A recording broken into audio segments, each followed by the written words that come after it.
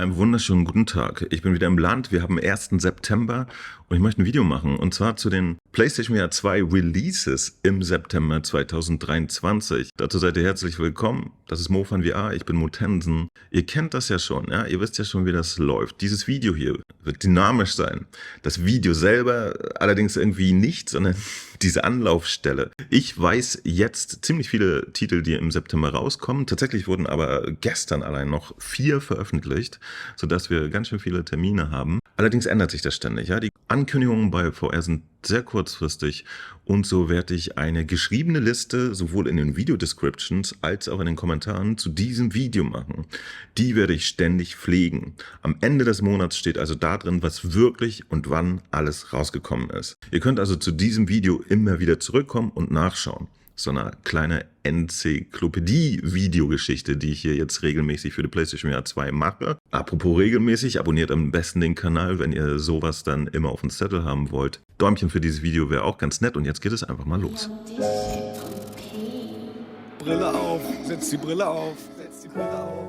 Bevor wir aber zum September kommen, noch ein kleiner Nachtrag zum August. Da gab es nämlich gestern noch eine neue Release. Fisherman's Tale, wunderschönes Puzzle-Abenteuer mit deutscher Sprachausgabe sogar.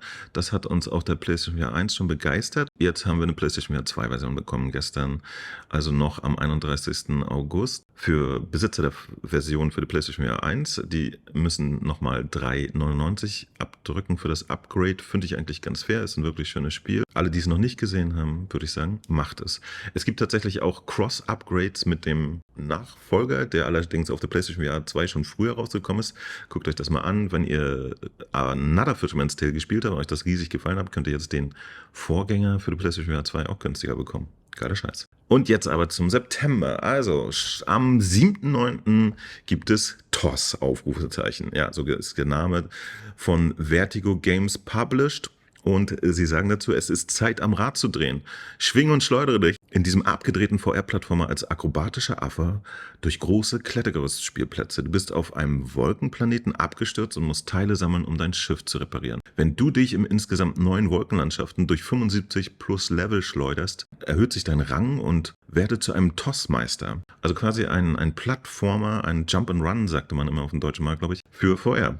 Seien wir mal gespannt. Ich erwarte jetzt inhaltlich und technisch nicht allzu viel. Das ist nämlich ein Multiplattform-Titel, das heißt, der kommt auch für die Pico 4 und die Quest und solche mobilen Geräte raus. Deswegen wird der wahrscheinlich mit kleinerer Flamme kochen.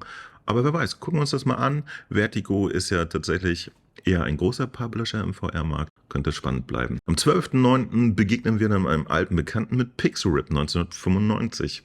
Leute, die diesem Kanal folgen, wissen, das ist tatsächlich der Titel zwischen den mittlerweile 3 erschienenen Pixel Ripped, der mir wirklich am besten gefallen hat bisher. Da ist die Kombination von Spieltwists am besten gelungen. Der erste Teil war noch ein bisschen hart, fand ich. Ihr spielt nämlich immer eine Computerspielfigur, die in Computerspieluniversen unterwegs ist und dann aber auch mit der echten Welt interagiert. Dann spielt ihr in dem Moment eine echte Person, die wiederum die Figur steuert und so weiter. Ist ein bisschen schwer zu erklären. Guckt euch das einfach an. Schönes Spiel. Besitzer der PlayStation VR 1 Version, die kriegen das Ganze jetzt für PlayStation VR 2 umsonst. Am 14. bekommen wir dann Down and Out für PlayStation VR 2. Und, jetzt kommt's, auch für PlayStation VR 1. Ein Cross-Buy-Titel für die PlayStation. Ja, ihr habt dann den Teil für die 1 und für die 2. Auch schön, dass noch was für die PlayStation VR 1 released wird.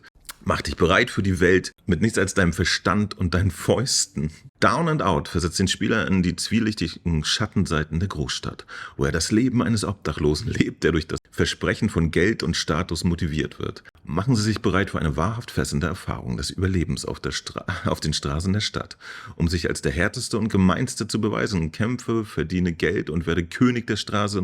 Entdecke die offene Stadt von Down and Out, die durch die einzigartige Mischung aus Freestyle, Kampf und Erkundung zum Leben erweckt wird. Entscheide selbst, wie du spielst, wenn du dich frei bewegst oder erledige Quests und ernte Belohnungen in Form von Geld und Ansehen. Ja, interessant. Es wirkt irgendwie ein bisschen wie GTA ohne Autos.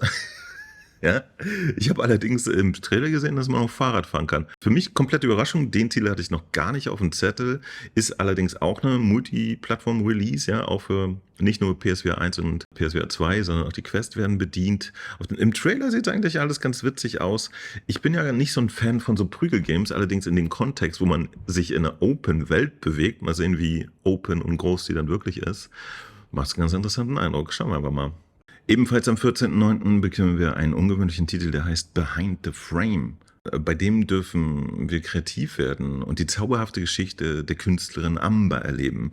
So, der Publisher Akupara Games kündigt an, dass das atmosphärische Mal- und Click-Adventure Behind the Frame, The Finest Scenery, bald auch in Virtual Reality erscheint. Es gibt nämlich auch eine Flat-Version. Das kreative VR-Spiel verbindet klassische Adventure-Rätsel mit einer emotionalen Erzählweise und lässt euch eigene VR-Kunstwerke malen.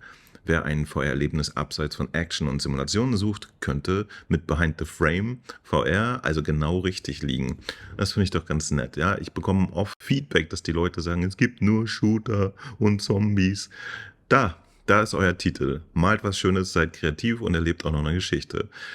Bin ich gespannt. Gucken wir mal, was das wird. Ebenfalls am 14., für die jetzt doch lieber wieder schießen wollen, kommt dann endlich offiziell Alvo. Ihr habt das ja mitbekommen, letzten Monat gab es schon mal eine 3-Stunden-Release des Titels, in die ich komplett reingerutscht bin. Ja, ich habe mir einfach ganz normal gekauft. Das kostete 4,99 für das Upgrade auf die PlayStation VR 2 Version. Alvo ist ja auch ein Multiplayer-Shooter, den wir schon auf der PlayStation VR 1 hatten. Und habe einfach ein bisschen reingeguckt, ein Video drüber gemacht, voilà.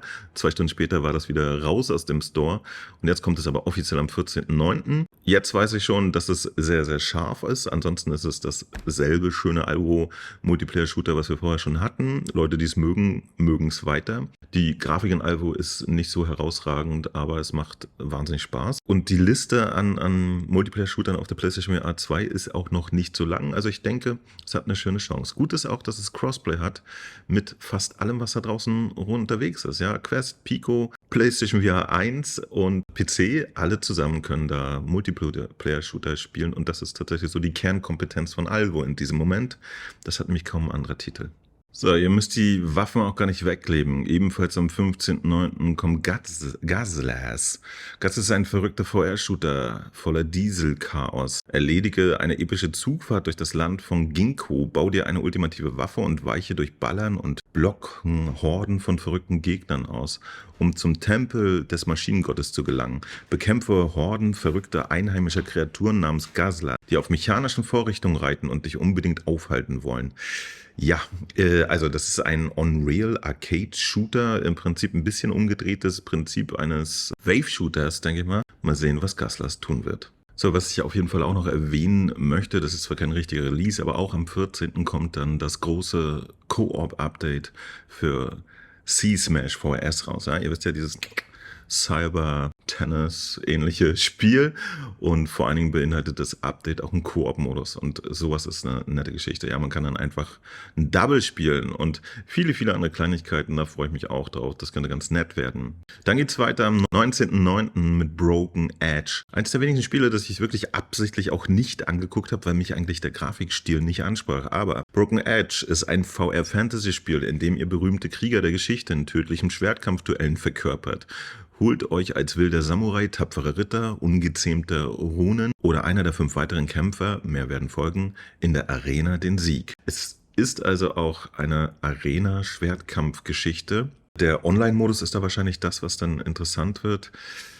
Wir werden reingucken. Auf der PlayStation VR 2 werde ich dann einfach mal reingucken und mich davon überzeugen, was das jetzt wirklich ist. Ich habe es auf allen anderen Plattformen, wo es schon vorher released wurde, einfach mal ausgelassen. Aber das machen wir dann da. Apropos andere Plattformen, auch am 19. erscheint Ruins Magnus und zwar in der Complete-Version. Das habe ich mir konkret angeguckt. Ja, da gibt es ein Video hier auf dem Kanal von mir, das könnt ihr einfach mal anschauen. Ich weiß nicht mehr auf welcher Plattform damals. Ich denke mal, das war die Quest. Und das ist ein kleines Dungeon-Crawler-Abenteuer-Spielchen im Anime-Look. Machte eigentlich einen ganz netten Eindruck. Ich habe auch nicht sehr weit reingespielt, muss ich sagen. Ja, also wie viel Tiefe das Ding hat, weiß ich nicht. Das müssen wir dann gemeinsam rausfinden. Ist auf jeden Fall eine nette Ergänzung zum Portfolio der PlayStation VR 2. Am 21. wiederum erscheint Hellsweeper VR. Das ist ein weiterer interessanter Titel, auf den wahrscheinlich viele Action-Fans warten. Was mich hat hellhörig werden lassen, ist die Tatsache, dass es einen Koop-Modus haben wird.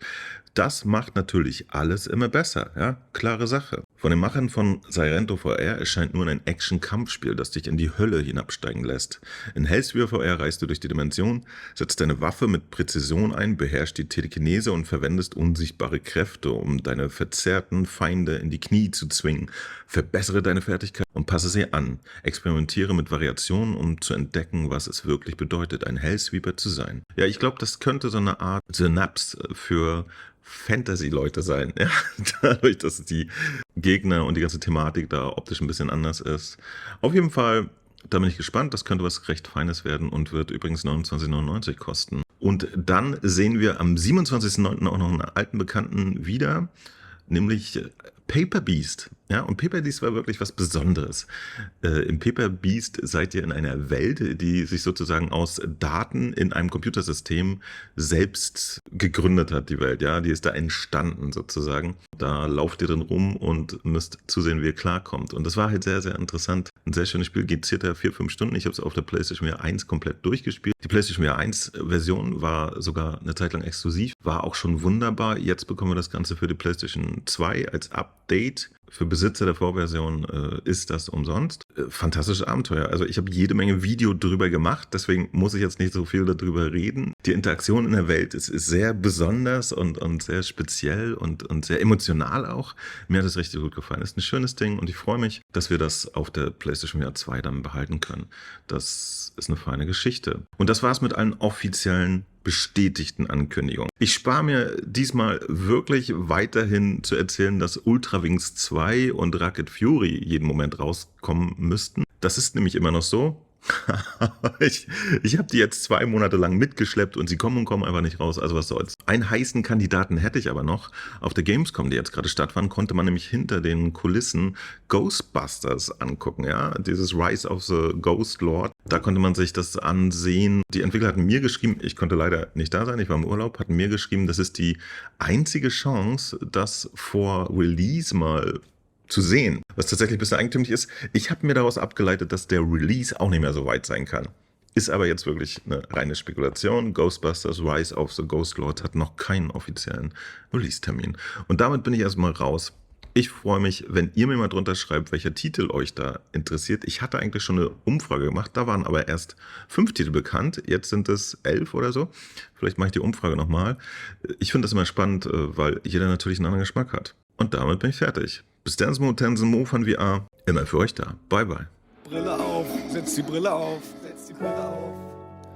Yo, Brille auf und rein in die Welten wie Skyrim. Könnt jeden Tag feiern, nur weil ich dabei bin. Wenn du dich fragst, ja, sie lohnt immer. Ich spiel PSVR, Golf im Wohnzimmer. Danach treffe ich die Rec Room Freunde. VR-Multiplayer ist echt gut, Leute. Move und Aim sind geladen und bereit. Die neue Firewall-Saison, sie startet nebenbei. Danach wird's erst richtig hart mit Spark. Die Gläser beschlagen und der scheiß Arm wird lahm. Es wird dir super hot, aber Mann, der Spaß ist da. Und ob wir noch eine Runde zocken, wird nicht nachgefragt. Aber halt, stopp, es ist schon kurz vor 6. Und wir wechseln von der PS auf YouTube jetzt, denn es gibt News von Mo, ob PC oder Quest. Es gibt viele da draußen, aber simply the best is Mo. Der Beste ist Mo. Der Beste ist Mo. Der Beste ist Mo. Mo von VR ist Mo. Der Beste ist Mo. Der Beste ist Mo.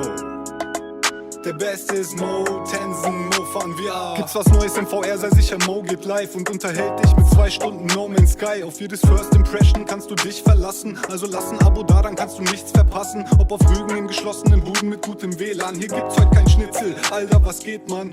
Oder direkt von der Messe mit dem Phone. Voller Einsatz, der Beste ist Mo, ist Mo. Der Beste ist Mo. Der Beste ist Mo. Der Beste ist Mo. Mo von VR ist Mo. Der Beste ist Mo. Der Beste ist Mo. Der Beste ist Mo. Tensen, Mo von VR.